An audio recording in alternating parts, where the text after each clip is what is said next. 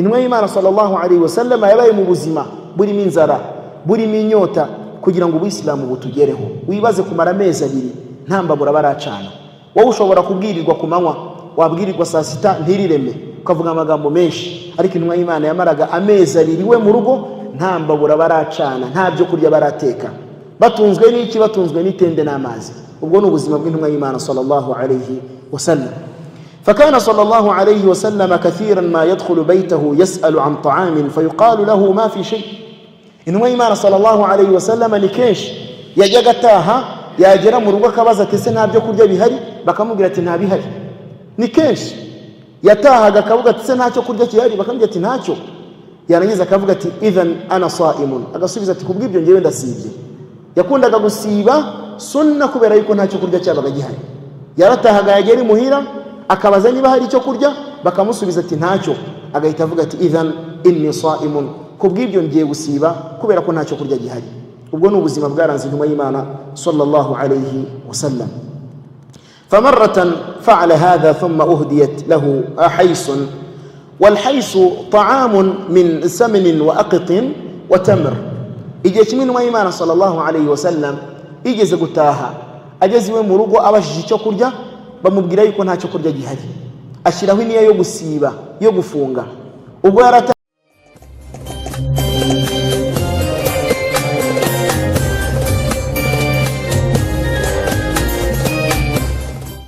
ishimwe n'ikuzo ibisingizo byiza ni bya Allah subhanahu wa ta'ala.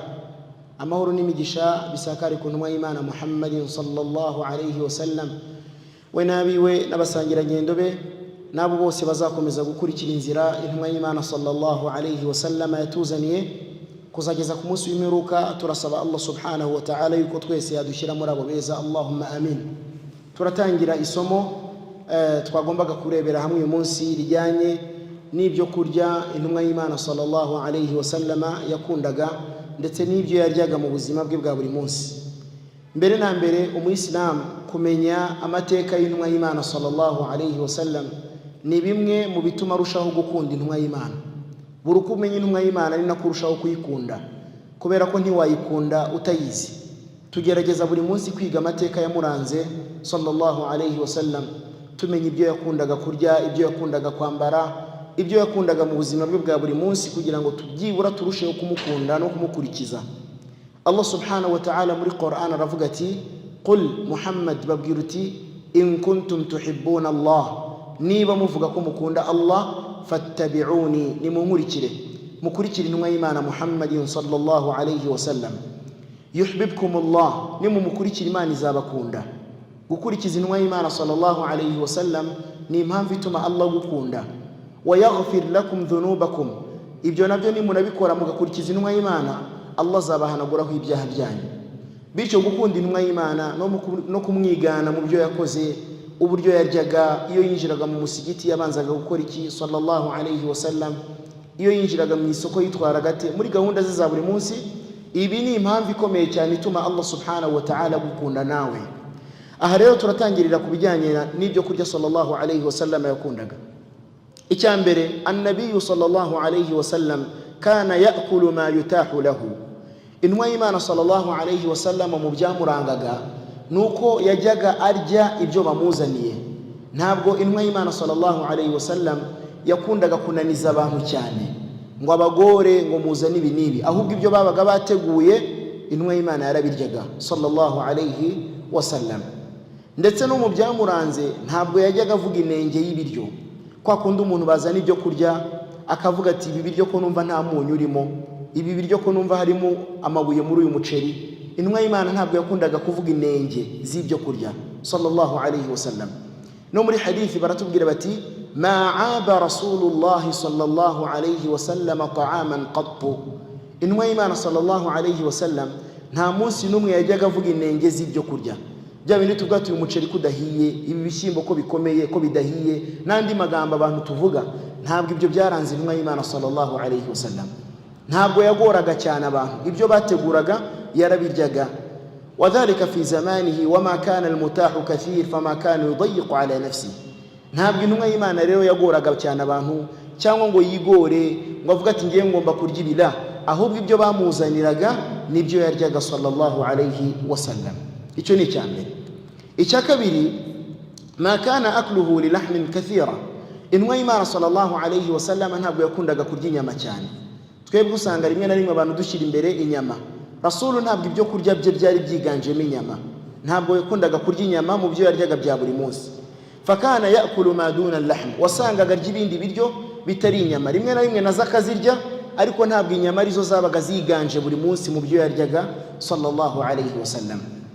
Icya gatatu, thabata anhu sallallahu alayhi wasallam annahu akala lahma al-ibil. Muri hadithi intumwa y'Imana sallallahu alayhi wasallam tubwirwa yuko yigeze kurya ku nyama y'ingamiya. Inyama y'ingamiya intumwa y'Imana sallallahu alayhi wasallam yayiriyeho. Wa lahmi ad-da'n ay al-kharuf. Ikindi nuko intumwa y'Imana sallallahu alayhi wasallam yariye no ku nyama y'intama. Al-kharuf, al-kabsh, ad-da'n, intama. Intumwa y'Imana sallallahu alayhi wasallam yayiriyeho. Iyo nyama nayo yayiriyeho sallallahu alayhi wasallam. Wa kana al-ghanamu ma'rufan 'indahum. Ikindi kugiye cy'intumwa y'Imana sallallahu alayhi wasallam ni ihene bari bazifite. Ihene bari bazifite nazo sallallahu alayhi wasallam yajyaga ziryaho. So inyama y'ingamiya Rasul yayiriyeho, n'inyama y'intama intumwa y'Imana yayiriyeho, n'inyama y'ingamiya. Ariko intumwa y'Imana yakundaga kurya intama cyane kuruta kurya ingamiya, kuruta kurya ihene. Yakundaga intama kuruta ihene sallallahu alayhi wasallam. No muri hadithi yagaragaje ko inyama z'intama ni inyama nziza, ni inyama nziza kandi zitagira uburwayi ku muntu ziteza ubwo ari bwo bwose sallallahu alayhi wasallam. Inka ntazari ziriho cyane ku gihe cy'intumwa y'Imana. Inka ntazari ziriho cyane mu mujyi wa Madina ku gihe cy'intumwa y'Imana sallallahu alayhi wasallam. Bakundaga korora cyane ingamiya, bakorora cyane intama n'ihene, ariko inka ntabwo zari mu byo bari bakunze kumenya cyane. Uretse ko gusa zavuzwe mu mategeko ajyanye na zakka, ko mu Buislamu mu byo dutangamo zakka harimo inka, ariko ntabwo bakundaga kuzirya kubera ko ntabwo bapfaga kuzibona ku gihe cy'intumwa y'Imana sallallahu alayhi wasallam. Ikindi, wa akala ad-dajaj, no mu by'intumwa y'Imana sallallahu alayhi wasallam yariye ku nyama y'inkoko. Inkoko nazo ziri mu nyama intumwa y'Imana sallallahu alayhi wasallam yariyeho. Wa akala al-arnab, ikindi nuko intumwa y'Imana sallallahu alayhi wasallam yariye no ku nyama y'urukwavu. Urukwavu ni kimwe mu by'intumwa y'Imana yaryagaho, bitandukanye n'iby'iyi minsi usanga abantu inkwavu bavuga ngo ziba zimeze nk'uduhinja n'ibindi bitandukanye. Ibyo ngibyo ntabwo mu Buislamu bihari, ahubwo intumwa y'Imana sallallahu alayhi wasallam nkuko biri muri hadithi ya Anas bin Malik yuko igihe kimwe yigize guhiga urukwavu araruzana araruteka azanira no ku ntumwa y'Imana sallallahu alayhi wasallam iruryaho. So bisobanuye ko mu nyama intumwa y'Imana sallallahu alayhi wasallam yariyeho harimo n'inyama y'urukwavu. Ngo tumaze kubona ingamiya, intama, ihene, inkoko, urukwavu. Izo nyama zose intumwa y'Imana sallallahu alayhi wasallam yagiye aziryaho, kama fi sahih, nkuko biri muri hadithi y'ukuri batubwira bati suyida lahu arnab faquddima lahu faakalahu. Intumwa y'Imana sallallahu alayhi wasallam bahize inyama y'urukwavu barayizana nawe ayiryaho sallallahu alayhi wasallam. Ikindi Bayislam, intumwa y'Imana sallallahu alayhi wasallam akala himara alwahshi. Intumwa y'Imana yariye ku ndogobe y'ishyamba. Indogobe y'ishyamba kuri iki gihe dushobora kuyigereranya nk'imparage, dushobora kuyigereranya nk'imparage.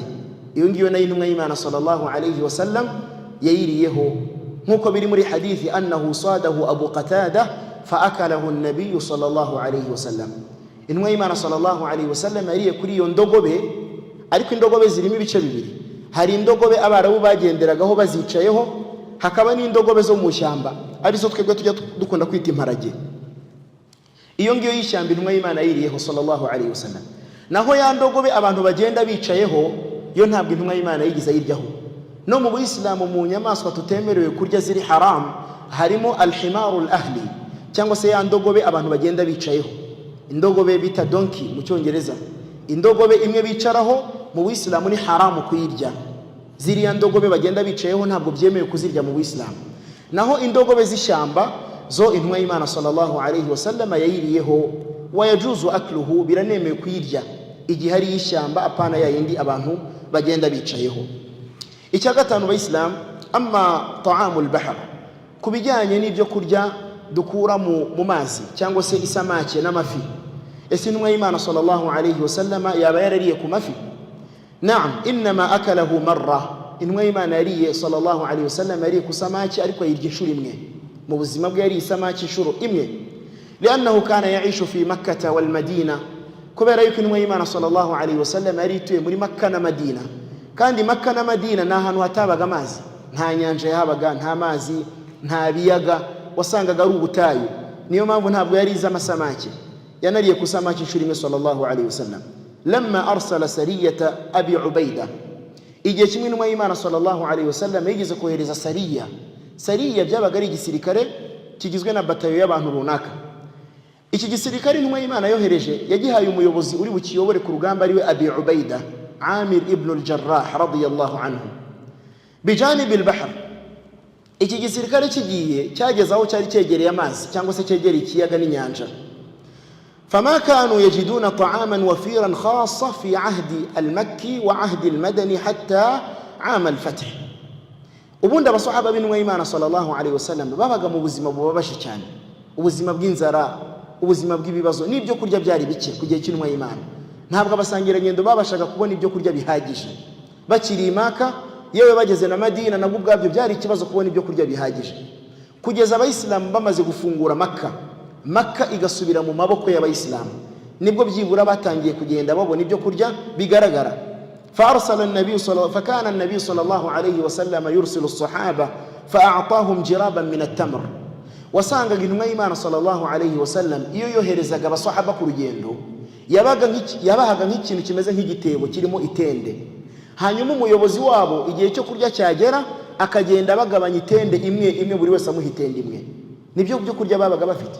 Wibaza abantu bagera nko ku 100, 200, 300, igihe cyo kurya kigeze buri umwe bakamuha itende imwe cyangwa itende 2, 3 zikaba ari byo biryo byabo barya saa sita. Nibwo buzima bari babayemo abasahaba b'intumwa y'Imana sallallahu alayhi wasallam. Fakana Abu Ubaida radiyallahu anhu yuwazzi'u tamra ala al-jaysh. Wasangaga rero Abu Ubaida Allah mwishimire yagendaga agabanya abasahaba abasirikare abahereza itende runaka kugira ngo babone icyo kurya. falamma nafida ma indahum, igihe cyarageze intumwa y'Imana sallallahu alayhi wasallam ibohereza ku rugendo, ibaha itende yari yabahaye bigeze aho rirashira. Yabahaye ibyo kurya by'itende, rya tende yabahaye rirashira burundu. da'u Allah azza wa jalla, abasahaba inzara irabica abasahaba radhiyallahu alayhim inzara iza kubica, bazamura amaboko basaba Allah, ya Rabbi turagusaba yuko waduha amafunguro. fa akhraja lahum al-bahr al-anbar, bagiye kubona babona mu nyanja havuyemo isamake nini cyane. Isamake muri hadithi yiswe al-anbar, ariko ubundi niyo usanga bakunda kwita ngo ni blue whale, cyangwa se mwebwe tujya dukunda kwita ngo ni barene. Yari isamake nini cyane, ni nacyo gisimba kinini mu bisimba byose Allah subhanahu wa ta'ala yaremye. Icya gisimba kinini tubwirwa yuko cyamize intumwa y'Imana Yunus alayhi salatu wassalam, Yona mwene Matayo.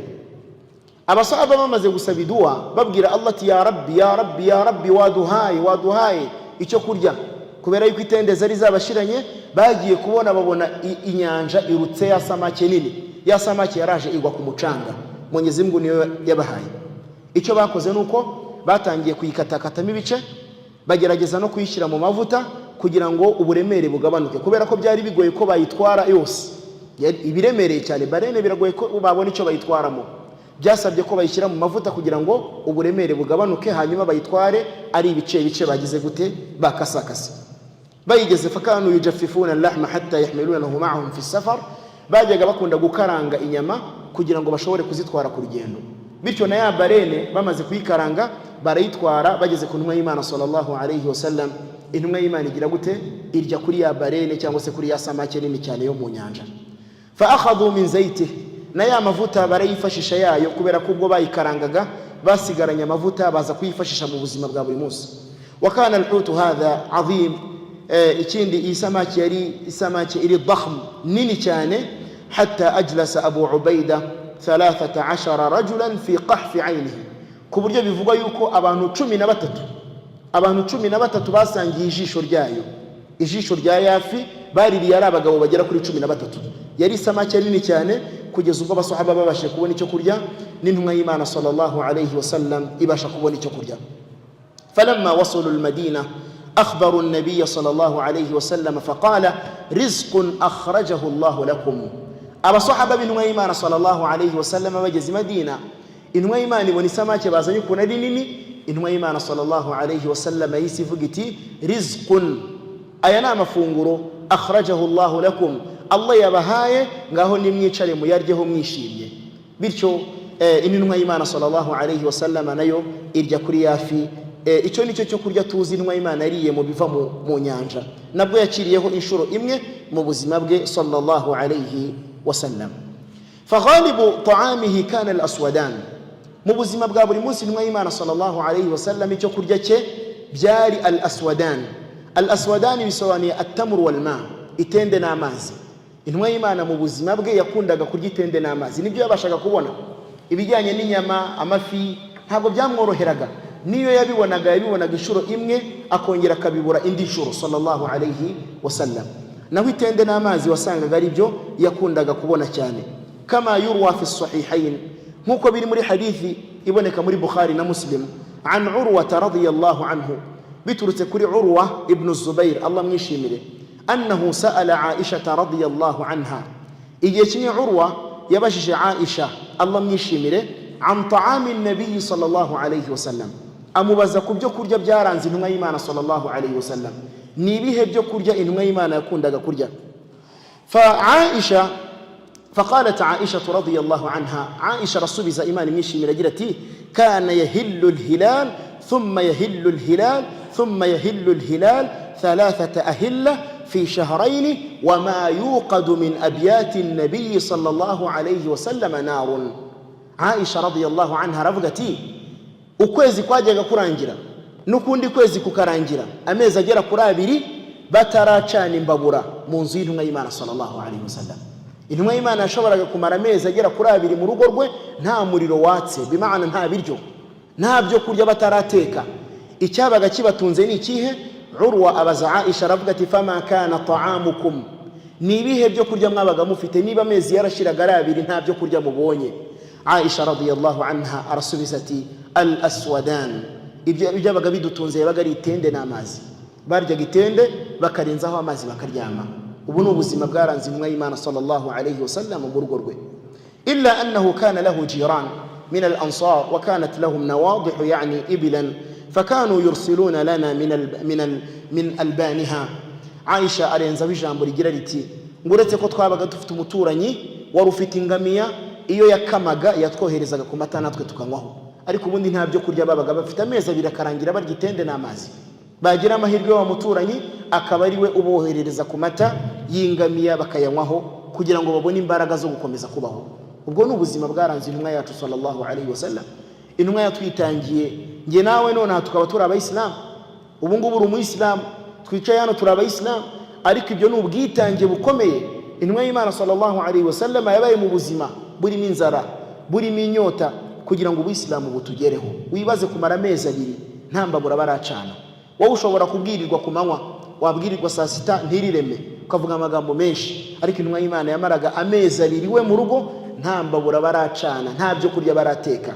batunzwe n'iki batunzwe n'itende n'amazi ubwo ni ubuzima bw'intumwa y'Imana sallallahu alayhi wasallam فكان صلى الله عليه وسلم كثيرا ما يدخل بيته يسأل عن طعام فيقال له ما في شيء intumwa y'Imana sallallahu alayhi wasallam ni kenshi yajyaga taha yagera mu rugo akabaza ati se nta byo kurya bihari bakamubwira ati nta bihari ni kenshi yatahaga akavuga ati se ntacyo kurya kihari bakamubwira ati ntacyo yarangiza akavuga ati idhan ana saimun agasubiza ati kubw'ibyo ngewe ndasibye yakundaga gusiba sunna kubera yuko ntacyo kurya cyabaga gihari yaratahaga yagera imuhira akabaza niba hari icyo kurya bakamusubiza ati ntacyo agahita avuga ati idhan inni saimun kubw'ibyo ngiye gusiba kubera ko ntacyo kurya gihari ubwo ni ubuzima bwaranze intumwa y'Imana sallallahu alayhi wasallam فمرة فعل هذا ثم أهديت له حيس والحيس طعام من سمن وأقط وتمر igihe kimwe intumwa y'Imana sallallahu alayhi wasallam igeze gutaha ageze iwe mu rugo abashije icyo kurya bamubwira yuko ntacyo kurya gihari ashiraho iniya yo gusiba yo gufunga ubwo yaratangiye gusiba bamuzanira impano yitwa hais ni kimwe mu byo kurya intumwa y'Imana yakundaga hais byabaga ari saman, yabaga ari amavuta avanze na aqit. Aqit yabaga ari al-labanul mujaffaf, yabaga ari amata afatanye, ari nk'aya mata ya nido tujya tubona. Bo babaga bafite amata agiye ari ibibumbe agiye afatanye, hanyuma bakayavanga n'amavuta bakayavanga n'itende. Ni ukuvuga ibintu bitatu nibyo byakoraga icyo kurya cyitwaga hais. Al-haisu cyari icyo kurya intumwa y'Imana sallallahu alayhi wasallam yakundaga kurya hais. Iyo hais yabaga ari itende ivanze n'amavuta ivanze n'amata agiye afatanye. Babimuzaniyemo nk'impano sallallahu alayhi wasallam, arangije arabirya arasiburuka, ariko yari yamaze gushyiraho iniya yo gusiba kubera ko ntacyo kurya yari afite sallallahu alayhi wasallam. Urwo rero rwari urugo rw'intumwa y'Imana sallallahu alayhi wasallam.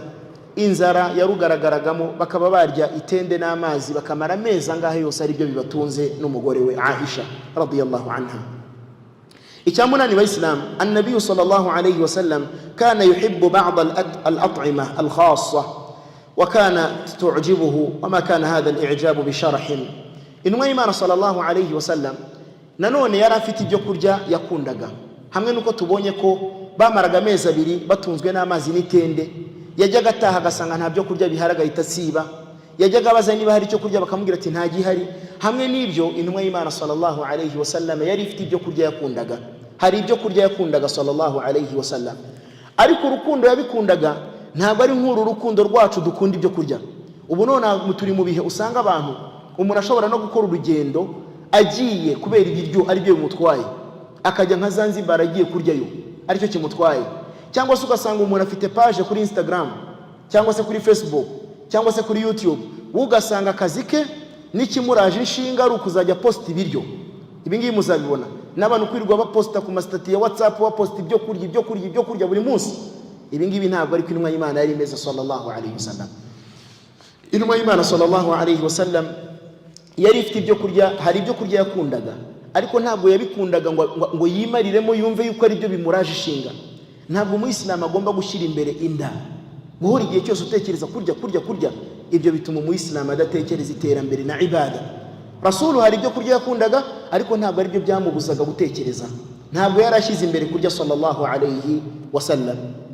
Mu bibazo rero dufite muri iki gihe nuko abantu bashyira ibyo kurya imbere, kugeza ubwo abantu usanga buri munsi niba yari isamaki arayifotora ayishyira kuri WhatsApp, niba yanyweye iji runaka arayifotora ayishyira hariya kuri stati, niba yari icyo kurya runaka inyama runaka arayishyira kuri Instagram isi yose irebe ko yari iyo nyama. Ibyo ntabwo ari byo byari sunna, ntabwo nubwo byari mu buzima bw'intumwa y'Imana sallallahu alayhi wasallam. Fakana yuhibbu an-nabiy sallallahu alayhi wasallam ad-dubba. Intumwa y'Imana sallallahu alayhi wasallam yakundaga icyo kurya cyitwaga ad-dubba. Icyo kiri mu byo kurya Rasul yakundaga. Ariko dubba ni ubwoko bwa furuwi cyangwa se bw'imbuto, bijya kumera nk'imbuto. Narindi kureba ifoto yayo ndebye mbona bijya kumera nk'ibyo twita ibihaza.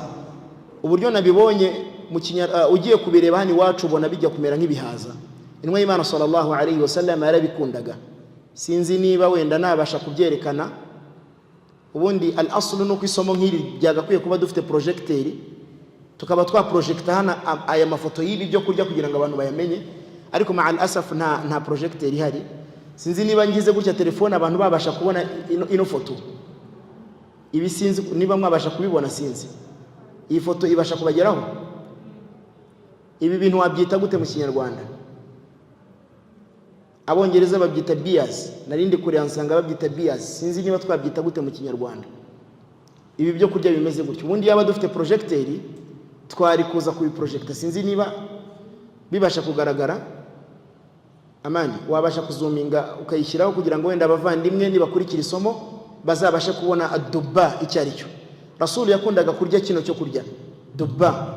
Ngewe nabonye bijya kumera nk'ibihaza wenda simbizi, ariko sinzi ukuntu twabyita mu Kinyarwanda. Intumwa y'Imana sallallahu alayhi wasallam yakundaga kubirya mu buzima bwe bwa buri munsi sallallahu alayhi wasallam.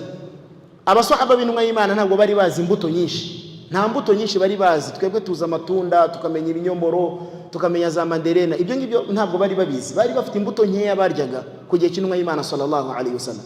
Ariko muri izo mbuto intumwa y'Imana yakundaga hari harimo iyi ngiyi dubba, bijya kumera nk'ibihaza. Sinzi niba hari ubundi buryo twabyita mu Kinyarwanda. Icyo rero nacyo ni kimwe mu byo kurya intumwa y'Imana sallallahu alayhi wasallam yakundaga mu byamurangaga bya buri munsi. wa kana yatatabba'u ad-dubba, kugeza ubwo intumwa y'Imana iyo yabaga iri gusangira n'abantu bazanye isahane cyangwa se siniya, hanyuma muri iyo siniya hakaba harimo ibyo kurya bitandukanye harimo na dubba. Rasul yakundaga gufata kuri dubba akarambura akaboko kugira ngo ayifate asimbutse ibiryo bimuri imbere. Hanyuma akaza mas'ala, ikibazo kibaza giti, ese ko tubwirwa yuko intumwa y'Imana sallallahu alaihi wasallam ari tubwira iti samillah, nujya kurya ujye uvuga bismillah, wa kul bi yaminika, urisha akaboko kawe k'indyo, wa kul mimma yalika, urye uhereye ku bikwegereye. Iyo ni hadithi murayizi, intumwa y'Imana yadushishikarije kurya duhereye ku biri imbere yacu. Hanyuma iriya hadithi kavuga ko Rasulu yajyaga arambura akaboko kugira ngo afate dubba iyo yazibonaga mu sahane, kubera ko yazikundaga cyane. Ni gute duhuza izi hadithi ebyiri kuko zimeze nkaho zigongana? Hadithi imwe iratubwira ko yaramburaga akaboko kugira ngo afate dubba, indi hadithi iratubwira ati mujye murya muhereye ku bibegereye. Dore igisubizo rero Bayisilamu, kurya uhereye ku bikwegereye ni igihe uri kurya indyo imwe ari iri ku sahane. Urugero hariho umuceri wonyine, cyangwa se hari ibirayi byonyine, cyangwa se hari ibitoki byonyine. Iki gihe umuyisilamu ategetswe kurya ahereye imbere ye, niyo sunna y'intumwa y'Imana sallallahu alaihi wasallam. Naho iyo bazanye ibyo kurya bakabizana ku sahane bitandukanye, urugero hariho umuceri, hariho ubugari, hariho ibitoki, hariho ibirayi, hariho inyama, iki gihe biremewe ko umuntu ashobora kuba yatera intambwe agafata icyo kurya kiri hirya, ntacyo bitwaye. Igihe ku sahane hari ibyo kurya bitandukanye, biremewe ko umuntu yafata ibiri kure ye. Naho igihe icyo kurya ari kimwe kiri ku sahane, icyo gihe uhera imbere yawe udasimbutse ibikuri imbere. Bityo intumwa y'Imana sallallahu alaihi wasallam tubonye ko mu byo yakundaga kurya harimo ad-dubba, niko byitwa. Ifoto yabyo muri telefone no kwenda abantu batabasha kuyibona, ariko niyo ngiyo insha Allah. Kadhalika al-batikh, mu byo Rasul yakundaga kurya sallallahu alaihi wasallam yakundaga kurya batikh. Aya mafoto iyo ugiye kuyareba usanga n'ubundi bijya gusa. Batikh bijya kumera nka watermelon. Iriya watermelon murayibona, ariko Rasul we ntabwo ibyo yaryaga byabaga ari umutuku imbere, barabifataga bakaba babiteka sallallahu alaihi wasallam, bitandukanye n'izi watermelon turya z'amafruwi. Rasul we yajyaga arya igitandukanye n'iki, ntabwo cyabaga gisa umutuku imbere, bakitaga batikh. Nacyo narega ifoto yacyo mbona kijya kumera n'ubundi nk'igihaza.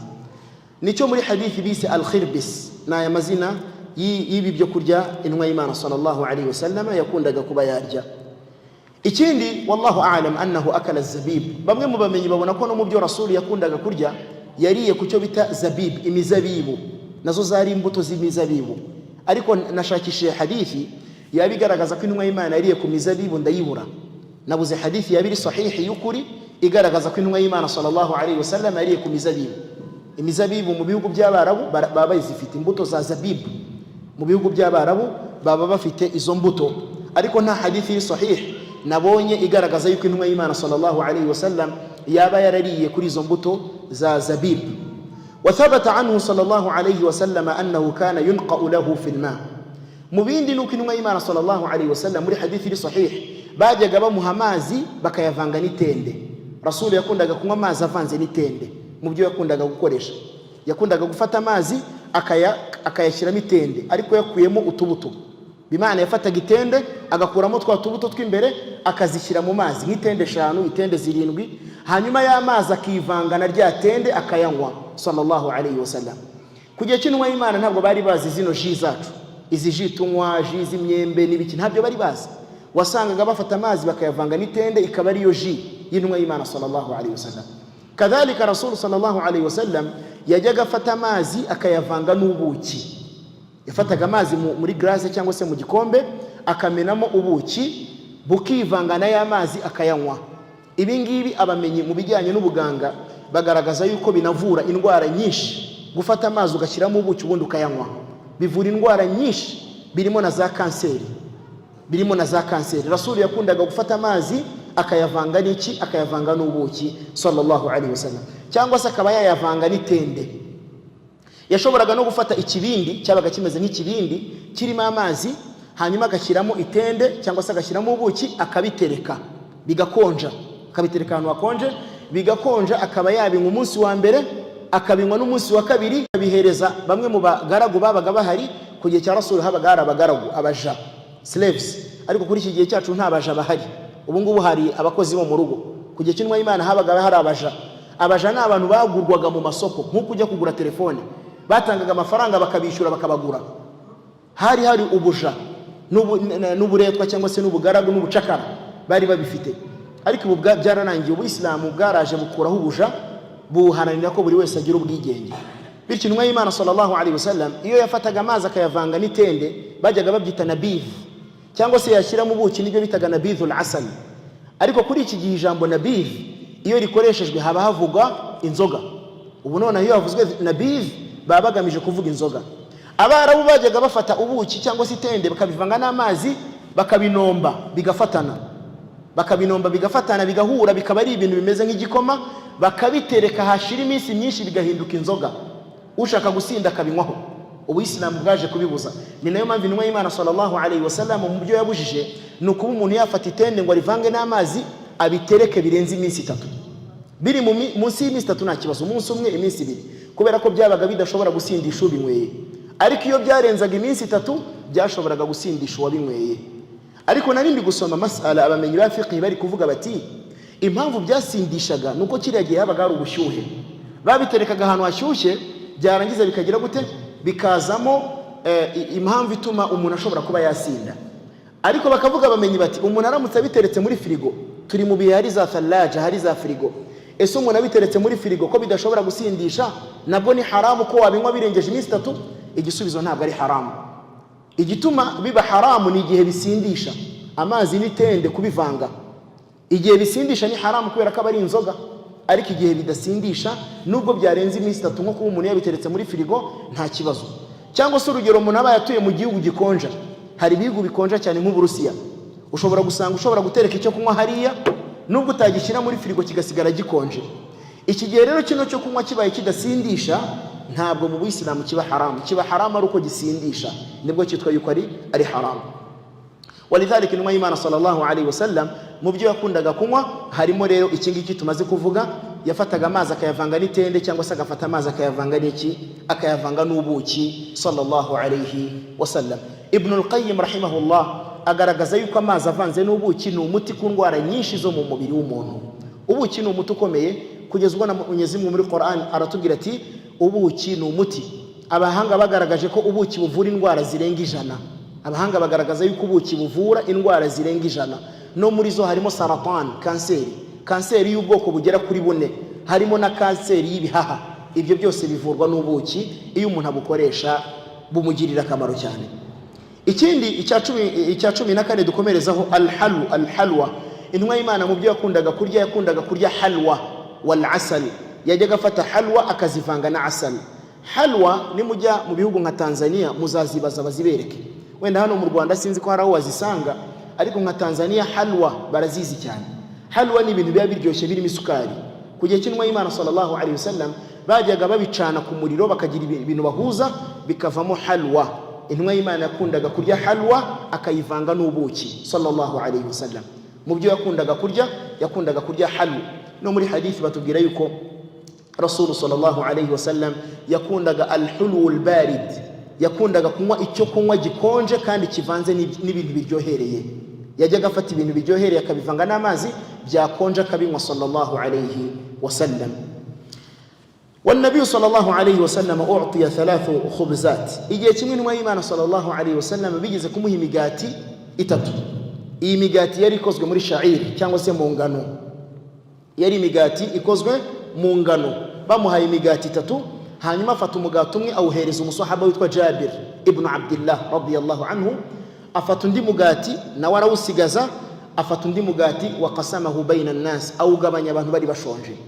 Mu byaranze intumwa y'Imana mu kurya sallallahu alaihi wasallam ntabwo yajyaga arya wenyine. Ibi ngibi by'ubusambo usanga umuntu igihe yatetse hakinjira umushyitsi yumva agize umujinya. Hari abantu nk'abo bameze gutyo, haza abashyitsi akumva buza amahoro. Rasulu ntabwo ibyo biri mu byamuranze. Wasangaga intumwa y'Imana sallallahu alaihi wasallam iyo yabaga afite icyo kurya yakundaga kugisangira n'abandi. Bamuhaye imigati 3, bayimuzaniye nk'impano bamuhaye, ahita afata umugati umwe awuhereza Jabir ibn Abdullah, afata undi mugati awugabanya abantu bari baraho, undi mugati wari usigaye niwo yariye sallallahu alaihi wasallam. So mu byamuranze yakundaga gusangira n'abandi sallallahu alaihi wasallam. Kugeza ubwo amaze kubagabanya ya migati yarababajije ngo hal ma'akum min idam, ese mwaba mufite idam? Idam ubundi twabigereranya nk'imboga. Intumwa y'Imana yakundaga kuba yafata umugati akawukoza mu sosi cyangwa se mu supu. Idamu twabigeranya nk'isupu cyangwa se sosi.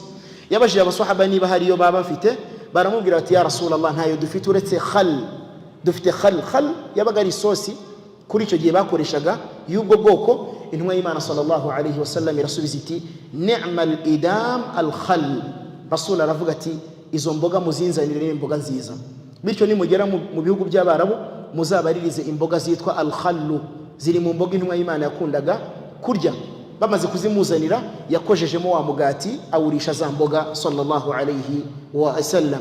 Qala Jabir radiyallahu anhu, Jabir ibn Abdullah Imana imwishimira aravuga ati fama ziltu uhibbu al-khalla min yawmi idhin.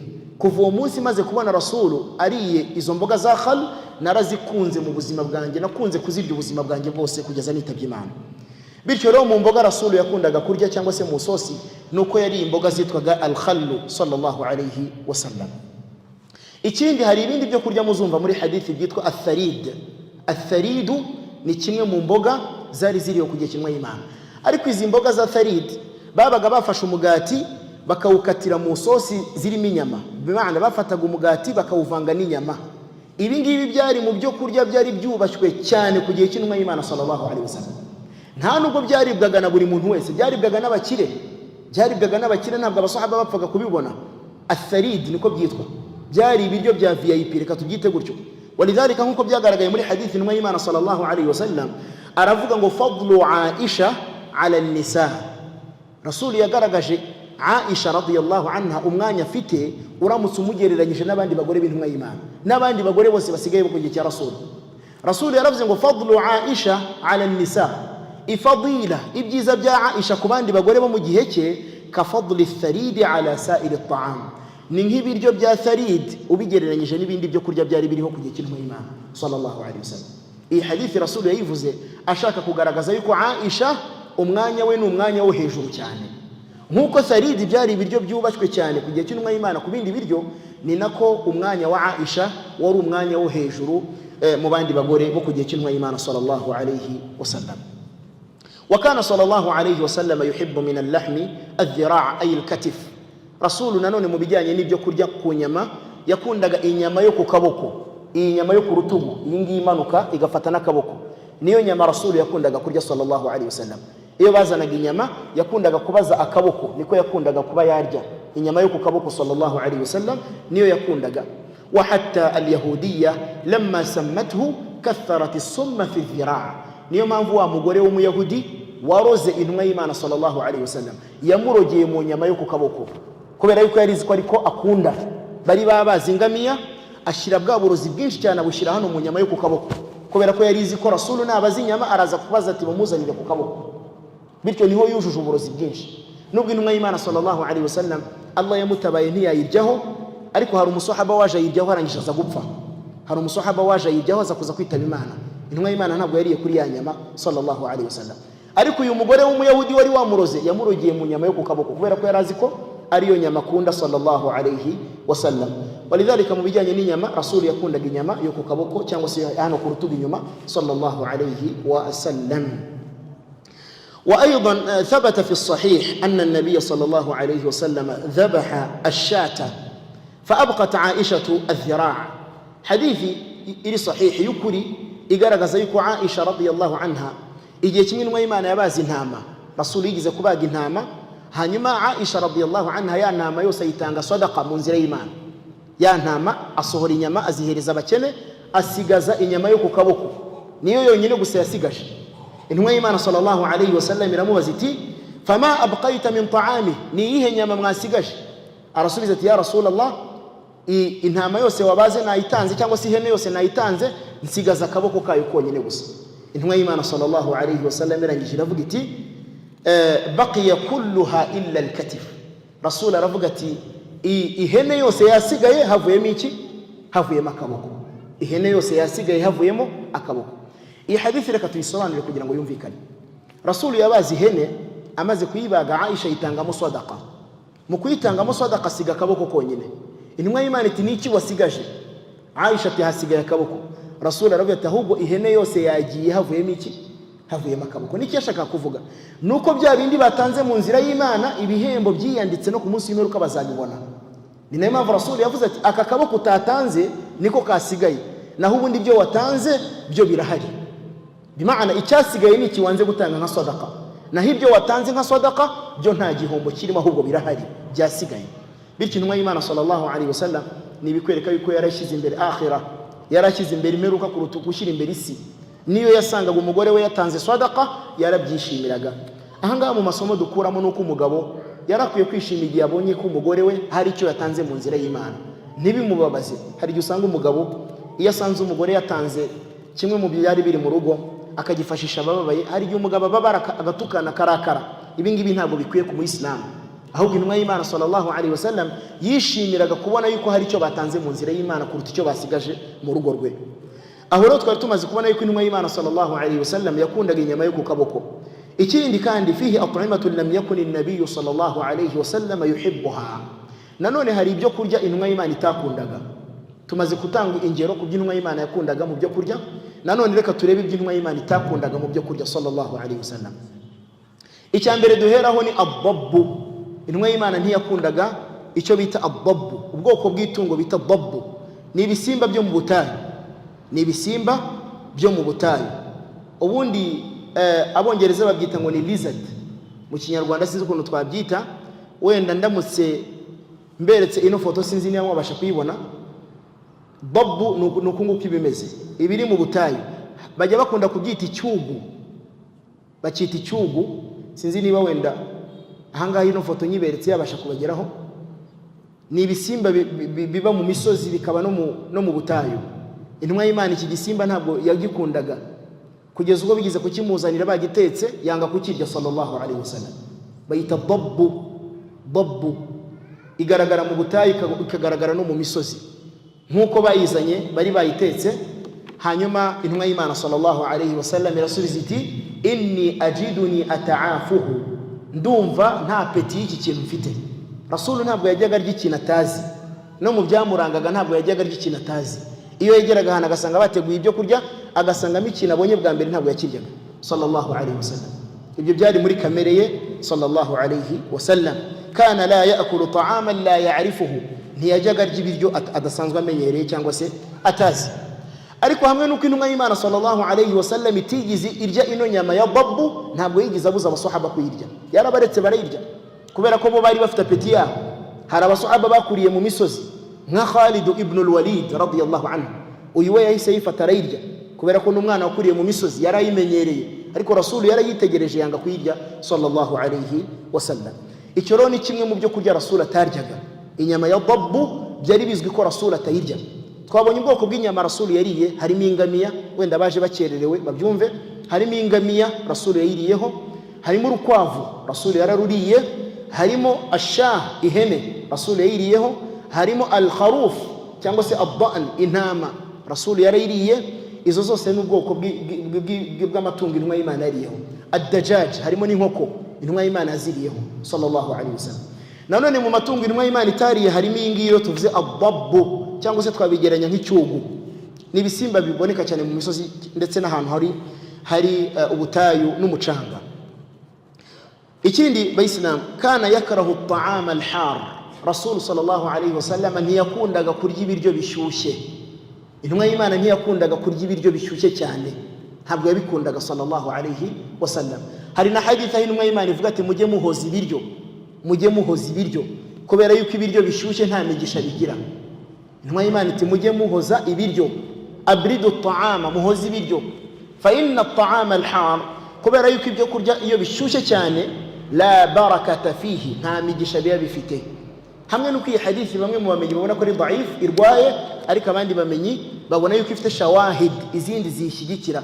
Ibyo kurya bitwika intumwa y'Imana ntabwo yajyaga ibirya sallallahu alaihi wasallam. Wa kana yaqul, no muri hadithi intumwa y'Imana yakundaga kuvuga iti inna allaha lam yut'imna nara. Mu by'ukuri Allah subhanahu wa ta'ala ntiyigeze aduha amafunguro yo kurya umuriro. Rasul yakunda kuvuga ati Allah ntabwo yigeze aduha amafunguro y'umuriro.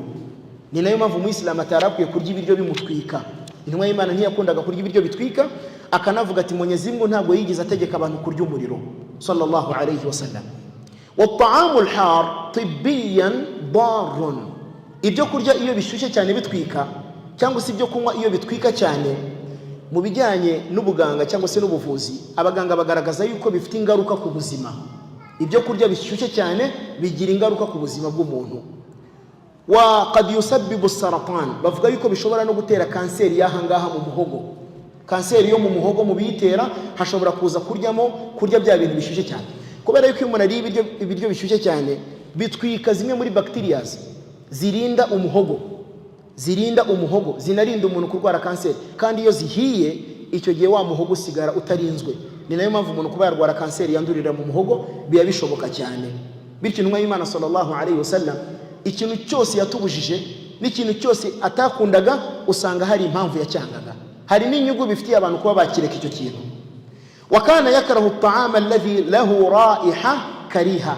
Ikindi tugezeho cya 25 mu byo nanditse aha nuko intumwa y'Imana sallallahu alayhi wasallam ntabwo yajyaga kunda kurya ibiryo bifite impumuro itari nziza. Bya biryo umuntu arya agasigara nuka mu kanwa, Rasul ntabwo yajyaga birya. No muri byo harimo ibitunguru na za tungurusumu na za pavuro, ibyo byose Rasul ntabwo yajyaga birya sallallahu alayhi wasallam. No muri hadith intumwa y'Imana sallallahu alayhi wasallam igihe kimwe bamuzaniye impano y'ibitunguru bari bakase, salade y'ibitunguru, bayizanye intumwa y'Imana yanga kubirya, ibwira umusahaba bari kumwe ati wowe rya nta kibazo, wowe rya nta kibazo. Wa musahaba aravuga ati nanjye sinabirya kuva wanze kugira gute, kuva wanze kubirya. Intumwa y'Imana iramubwira ati wowe rya nta kibazo, li anni unaji man la tunaji, wowe rya kubera yuko njyewe mvugana nabo utajya uvugana nabo, ari bo bamalayika. Impamvu intumwa y'Imana yangaga kurya ibitunguru nuko byatumaga mu kanwa he hahinduka, kandi yahuraga na Jibril, yahuraga n'abamalayika, bigatuma intumwa y'Imana sallallahu alayhi wasallam yanga yuko umumalayika yamwumva impumuro itari nziza. Aramubwira ati wowe rya kubera yuko kul fa inni unaji man la tunaji, irya kubera yuko njyewe harabo nganira nabo wowe utaganira nabo. Bityo intumwa y'Imana ntiyajyaga ibitunguru kubera yuko byamunutsaga mu kanwa sallallahu alayhi wasallam.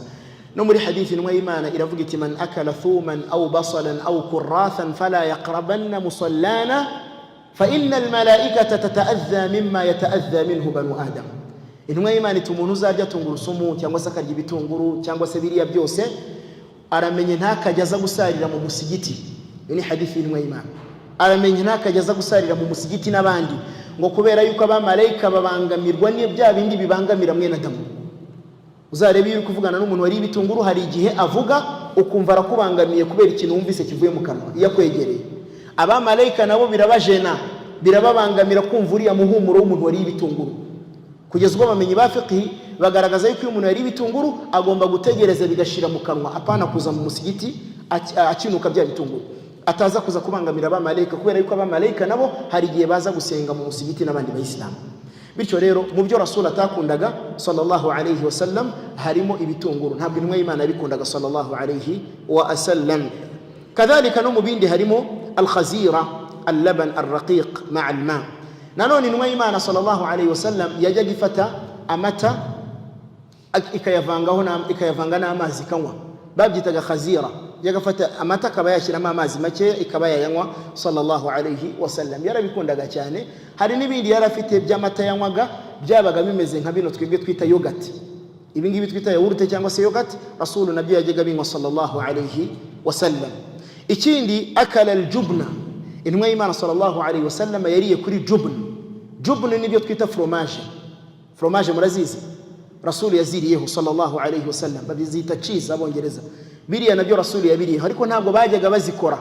Abarabu ntabwo bari bazi kuzikora, ahubwo zabaga zaturutse mu bapersi, mu bicuruzwa byavaga mu bapersi bajyaga bazanamo fromage Rasul yigize kuziryaho sallallahu alayhi wasallam. Ibyo rero ni bimwe mu byo kurya intumwa y'Imana sallallahu alayhi wasallam yagize gute yariyeho salawatullahi wa salamuhu wa barakatuhu alayhi. Ari naho isomo ryacu turisoreje mu byo kurya nari nateguye. Wenda bakererewe reka mbafashe mbakorere resume kubera yuko bakererewe. Twavuze mu byo kurya intumwa y'Imana sallallahu alayhi wasallam yakunze kurya mu bijyanye n'amatungo, inyama. Rasul ntabwo yajyaga abona inyama cyane mu buzima bwe, yaziryaga gakeya, ntabwo yaziryaga kenshi sallallahu alayhi wasallam, kubera ko yarabayeho ubuzima bw'umukene. Intumwa y'Imana yari ibayeho ubuzima bw'umukene, ntabwo inyama yazibonaga kenshi, yazibonaga rimwe na rimwe.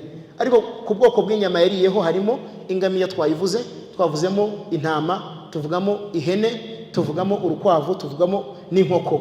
Ibi byose biri mu matungo intumwa y'Imana sallallahu alaihi wasallam yariye ku nyama zayo. Ikindi twavuze intumwa y'Imana sallallahu alaihi wasallam yaryaga nuko harimo n'umugati, wenda iki ntabwo twakivuzeho, Rasul nacyo yakiriye umugati, ariko hari hadithi twayisomye yuko intumwa y'Imana n'umugati yawuryagaho. Umugati wabaga ukozwe mu ngano sallallahu alaihi wasallam, ariko igiteye agahinda tubwirwa muri hadithi nuko intumwa y'Imana sallallahu alaihi wasallam yageze igihe cyo gupfa nta munsi n'umwe ararya umugati ngo hage, nta munsi n'umwe Rasul yigeze arya umugati ngo yumva haze, kubera ko byabaga ari mike, n'umugati yawubonaga ari umwe ari ibiri.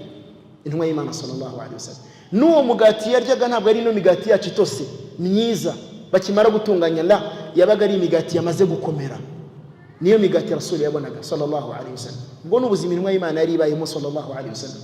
No mu bindi twavuze intumwa y'Imana yariyeho harimo itende Rasul yayiriyeho, itende y'ubwoko bubiri. Hari itende ya rutabu ni itende iba igitose itarera neza, ya tende umuntu arya akayihekenya imeze nk'ipera. Nimujya mu bihugu by'abari umuzayibona ni tende ziba zikiri mbisi, bazita rutabu. Intumwa y'Imana yaziriyeho, yakundaga no kuzisiburukiraho iyo yabaga yasibye sallallahu alaihi wasallam. Iftari yabaga agiye kurya iftari yaheraga kuri iriya tende ya rutabu, itende itarera sallallahu alaihi wasallam. Kadhalika yariye no ku tende yumye cyangwa se itende yeze ikomeye, itende yabisi tamar, no ku tende ya ajwa nayo Rasul yayiriyeho. Nimugera Madina itende ya ajwa muzayibona. Mu bihugu by'Abarabu itende za ajwa ziba zihari. Ajwa ni itende intumwa y'Imana sallallahu alaihi wasallam itubwira ko umuntu uzarya itende 7 za ajwa mu gitondo nubwo yarogwa ntabwo ibirozi bishobora kugira icyo bimutwara. Itende za ajwa intumwa y'Imana iti man tasabbaha bi 7 tamaratin, umuntu uzabyukira ku tende 7 za ajwa uwo nguwo ntacyo uburozi bwamutwara. Wadhalika rero mu byo Rasul yariyeho harimo niyo tende yariye ku tende ya ajwa sallallahu alaihi wasallam. Bityo itende iri no mu byo kurya Rasul yakundaga, ndetse iri no mu byatabaraga urugo rw'intumwa y'Imana iyo babaga bafite inzara. Twabonye ko muri hadithi intumwa y'Imana yashoboraga kumara ukwezi, amezi 2 nta mbabura baracana. Rasul yashoboraga kumara amezi 2 iwe mu rugo nta mbabura baracana, batunzwe n'amazi n'itende, al-aswadan, amazi n'itende, nibyo byabaga bimutunze salawatullahi wasalamuhu alayhi. Kadhalika mu byo kurya intumwa y'Imana yakundaga twavuze sallallahu alayhi wasallam, yakundaga al-hulwu al-barid, icyo kunywa cyose gikonje. Icyo kunywa cyabaga gikonje kiryohereye intumwa y'Imana yaragikundaga, yaba ari ubwoko bwa ji cyangwa se madama ari cyo kunywa kivanzwe n'ikindi kintu kiryohereye gikonje, intumwa y'Imana yaragikundaga sallallahu alayhi wasallam. Ikindi twabonye intumwa y'Imana yakundaga kurya ni ad-dubba. Dubba twabigaragaje yuko bijya kumera nabyo nk'ibihaza. Kadhalika yakundaga kurya ibindi byo kurya bya batikh, nabyo twabonye yuko bijya kumera nka watermelon ariko zikaba atari watermelon. Ikindi twabonye intumwa y'Imana sallallahu alayhi wasallam yajyaga anywaho na amata. Intumwa y'Imana yakundaga kunywa amata. No muri hadithi intumwa y'Imana yigeze gusabira iduwa amata, yari ari mu gikombe kituzuye, bazanye igikombe cy'igice kirimo amata, abasahaba bari mu musigiti bashonje. Intumwa y'Imana yasabira iduwa, abantu bayanywaho, n'abandi barinjira baranywa amata atari gushira mu gikombe kimwe, bakajya banywa bagahaga, undi agaheruza undi agahaga. Baravuga ngo titwara abantu bagera kuri 300 twicaye mu musigiti twese twayanyweho turahaga. Ibyo biri mu bitangaza by'intumwa y'Imana sallallahu alaihi wasallam. Harimo kuba yaratubuye amata, yayasabiye iduwa abamata menshi. No muri hadithi intumwa y'Imana sallallahu alaihi wasallam ubwo yakoraga rwa rugendo agera hahandi yasanze wa mugore wo mu cyaro, umugabo we yagiye adahari, arangije aramubwira ati se ntacyo kunywa mwaduha? Intumwa y'Imana iri kumwe na Abubakar n'abandi basahaba bashonje bari ku rugendo, aramubwira ati se ntacyo kunywa mwaduha? Aramubwira ati ya Rasul, ntabwo yigeze amenya ko ari intumwa y'Imana. Aramubwira ati wa mugabo we, uduhene twacu reka ntukuzanire uturebe. Azana twa duhene twenda gupfa kubera inzara, ari imbavu gusa zishushanyije. Intumwa y'Imana sallallahu alaihi wasallam akora ku mubiri ya za hene, azisabira iduwa, zitangira gukamwa. Rasul atangira gukama ku buryo yakamye indobo zose bari bafite muri urwo rugo zuzuramo amata, n'amakarayi n'amabase byose n'injerekani zuzuramo amata. Ibyo biri mu bitangaza by'intumwa y'Imana sallallahu alaihi wasallam. Anywaho ahereza no ku basahaba. Bityo intumwa y'Imana mu byo yanyweyeho harimo amata sallallahu alaihi wasallam. Ikindi muri adabu zo kunywa amata intumwa y'Imana twigishije nuko umuyisilamu atari byiza yuko mu gihe amaze kunywa amata yagenda atogeje mu kanwa. intumwa y'Imana yadushishikarije ko igihe umaze kunywa amata ni byiza koza mu kanwa kugira ngo bya bintu bisigara by'amata bivemo umuyisilamu ataza kunuka mu kanwa. Intumwa y'Imana ntabwo yajyaga yemera kuba umuntu yanuka mu kanwa sallallahu alayhi wasallam. Ikindi mu byo twabonye intumwa y'Imana sallallahu alayhi wasallam yariyeho harimo kuba yarariye ku nyama y'indogobe y'ishyamba, apana indogobe za zindi bagenderaho bicayeho, ahubwo indogobe y'ishyamba niyo Rasul yariyeho sallallahu alayhi wasallam. Kadhalika ikindi twabonye mu somo ryacu ry'uyu munsi nuko intumwa y'Imana yakundaga gufata amazi akayavanga n'itende akayanywa, cyangwa se agafata amazi akayavanga n'ubuki sallallahu alayhi wasallam. Kadhalika ikindi twabonye nuko yakundaga kuba yafata umugati akawukoza mu sosi sallallahu alayhi wasallam. Hari ubwoko bw'isosi cyangwa se isupu yitwaga khal, Rasulu yakundaga kuyiryaho salawatullahi wa salamuhu wa barakatuhu alayhi. No mu bijyanye n'inyama twavuze ko Rasulu yakundaga kurya inyama yo ku kaboko sallallahu alayhi wasallam. N'umugore washatse kumwica yari yamurugiye muri iriya nyama, ariko intumwa y'Imana ntiyigize yirya, ahubwo umusahaba niwe wayiriyeho iza kuza kumwica.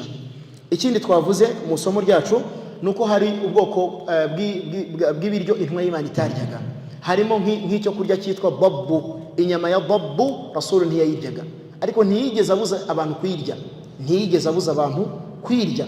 Bityo hari ibyo intumwa y'Imana yumvaga nta peti yayo afite, ariko ntabuza abandi basahaba ko bagira gute babirya. Ikindi intumwa y'Imana sallallahu alayhi wasallam twabonye nuko ntabwo yajyaga arya ibiryo atazi, atamenyereye. Iyo yageraga ahantu agasanga bateguye ibyo kurya, agasangamo ibintu atamenyereye, ntabwo yajyaga birya sallallahu alayhi wasallam. No mu byaranze intumwa y'Imana nuko ntabwo yajyaga avuga inenge y'ibiryo. Ma aba Rasulullah sallallahu alayhi wasallam ta'aman qattu, intumwa y'Imana nta munsi n'umwe yigeze avuga inenge y'ibyo kurya, ntabwo yajyaga bivuga. Iyo yakundaga icyo kurya yarakiryaga, yakumva kitamuteye apeti yarakirekaga, ariko ntabwo yavugaga inenge y'ibiryo. Bino rero twe gusanga umuntu avuga ati ibi biryo ko birimo umunyu mwinshi, birimo amavuta menshi, ibi biryo ko bidahiye, nandi magambo izi nyama ko zikomeye, ibyo byose ntabwo intumwa y'Imana yajyaga ibikora sallallahu alayhi wasallam. Bityo umuyisilamu ukunda sunna, ukunda imigenzo ya Rasul, yarakwiye kwisanisha nawe akirinda kujya gusebya ibiryo. Iyo ibiryo ubikunze urabirya, utabikunda ukaciceka ntubirye ukabyihorera. Ikindi twabonye intumwa y'Imana sallallahu alayhi wasallam ataryaga ni buri kintu cyose gituma impumuro y'akanwa ihinduka. Muri byo harimo ibitunguru. Ibyo byose ntabyo Rasul yajyaga apfa kuryaho sallallahu alayhi wasallam, kubera ko yajyaga avugana n'abamarayika agatinya ko marayika yamwumva afite impumuro itari nziza sallallahu alayhi wasallam. Reka wenda dufate umwanya w'ibibazo niba hari byaba bihari ku somo dutambukije. Ryari isomo rigufi, nayo nateganyije ko riza kuba ari isomo ry'isaha imwe n'ubundi, kandi isaha irarangiye. Bityo reka twumve niba hari ibibazo byaba bihari kuri iri somo, cyangwa se ikindi kibazo umuyisilamu yakenera kubaza no gusobanuza. Nta kibazo, turatanga umwanya wo kubaza, hanyuma dusubize ibibazo, dusoze ku bushobozi bwa Allah. Mwenyezi Mungu nadushoboza ubutaha tuzinjira mu gice kijyanye n'imyambaro intumwa y'Imana yambaraga. Ubundi mutangazo harimo ko twagagombye kwiga ibyo kurya bya Rasul ndetse n'imyambaro ye, ariko kubera yuko nateganyije ko muhadara imara isaha n'umwanya w'ibibazo nawo tukawugena, dushyizeho n'imyambaro bishobora kuba byatinda abayisilamu bikabarambira, kandi khairul kalami ma qalla wa dalla, amagambo meza n'amagambo make. Niyo mpamvu rero twagennye ko muhadara ifata isaha, dufata ibibazo, Allah niyongera kuduha umwanya tugahura, tuzarebera hamwe ibyo mutume yakundaga kwambara sallallahu alayhi wasallam. Umwanya n'uwanyu rero, wawe ufite ikibazo yumva yabaza, nta kibazo rwose, umwanya n'uwanyu. Tafadhalu. Akari akagufuri karimo hano hari akagufuri karimo hagati y'igituza cy'umuntu, n'agagufuri gafunguka kakongera kakifunga. Hari igihe rero kifunga bya byo kunywa bikaze bigahita byinjira kifunze. Ni nayo mpamvu ituma umuntu akorora cyane. Abandi kubera ubujiji bakavuga ati ninde ukuvuze. Biriya ntaho biri ngo nuko umuntu akoroye ari uko hari umuvuze. Ntabwo umuntu akorora ari uko bamuvuze, la, ahubwo umuntu akorora kubera ko kariya kantu kifungura kari ahangaha mu gihaha, hari igihe kaba kifunze warangiza ukakamenamo bya byo kunywa cyangwa ibyo kurya mu gihe kifunze katarafunguka neza.